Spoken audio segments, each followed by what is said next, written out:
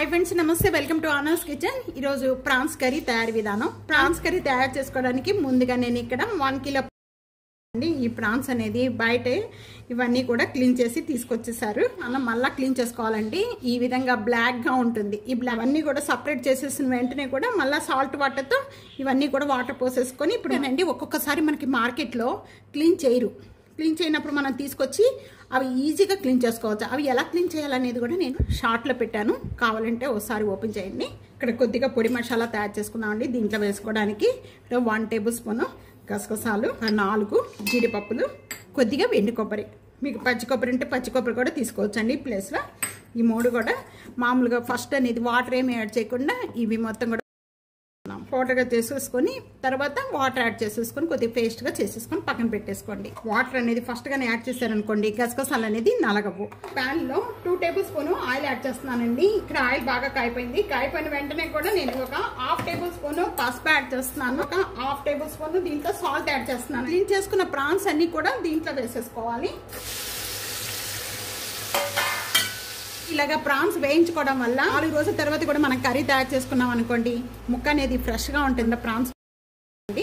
అలాగే మనం కర్రీ తయారు చేసుకునేటప్పుడు కూడా ఇలాగే వేయించుకోవాలండి. ఇలా వేయించుకోవడం వల్ల ప్రాన్స్ చాలా టేస్ట్ వస్తుంది. ఇంట్లో ఉన్న నీచ్ కంపు అనేది రాకుండా ఉంటుందండి. మెయిన్ అనేది వేయించుకోవడం వల్ల ప్రాన్స్ తీసేసి ఈ ప్యాన్ అన్ని పక్కన పెట్టేసుకోండి. ఇక్కడ నేను వేరొక ప్యాన్లో 3 టేబుల్ స్పూన్ ఆయిల్ యాడ్ చేసేసుకొని 1/2 టేబుల్ స్పూన్ జీరా యాడ్ చేశాను. నాకు ఇది మిస్ అయిపోయింది.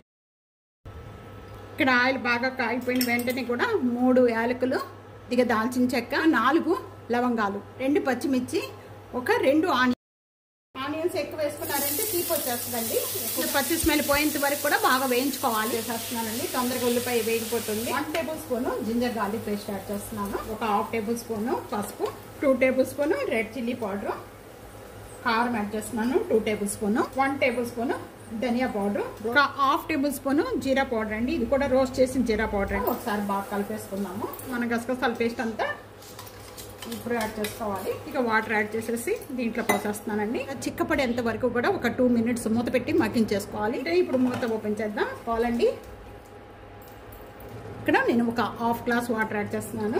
కామెంట్స్ చేస్తూ ఉండండి. వీడియో నచ్చితే కనుక చక్కగా నలుగురికి షేర్ చేస్తూ ఉండండి. సబ్స్క్రైబ్ చేసుకోండి. అందరూ చూస్తున్నారే కానీ కామెంట్స్ అనేది పెట్టట్లేదు. మంచి మంచి కామెంట్స్ పెడుతూ ఉంటే మాకు చేస్తానికి కూడా చాలా ఇంట్రెస్ట్ ఉంటుంది. అలా మూత పెట్టేసుకున్నాం. మూత పెట్టేసుకొని మీడియం ఫ్లేమ్లో గ్రేవీ చిక్కపడిపోయి ఆయిల్ అంతా కూడా సపరేట్ అయ్యేంత వరకు కూడా మగ్గించేసుకోవాలి. 1/2 tablespoon garam masala powder, దించే ముందు కొద్దిగా కొత్తిమీర ఒకసారి కలిపేసుకుందాం. గ్రేవీ చూస్తున్నారు కదా, ఈ విధంగా ఉంటే చాలండి. ఇంకా స్టవ్ బంద్ చేసేసుకుందాం. తప్పకుండా ట్రై చేసి మీకు ఎలా ఉందనేది నాకు కామెంట్స్ రూపంలో తప్పకుండా తెలియజేస్తారనుకుంటున్నాను. మీ కామెంట్ కోసం నేను ఎదురు చూస్తూ ఉంటానండి. అలాగే ఫ్యామిలీకి, ఫ్రెండ్స్కి వీడియో షేర్ చేసి వీడియో లైక్ చేస్తూ ఉండండి. సబ్స్క్రైబ్ చేసుకోవడం అస్సలు మర్చిపోకండి. ప్రక్కనే ఉన్న బెల్ ఐకాన్ని ప్రెస్ చేయండి. Thank you for watching.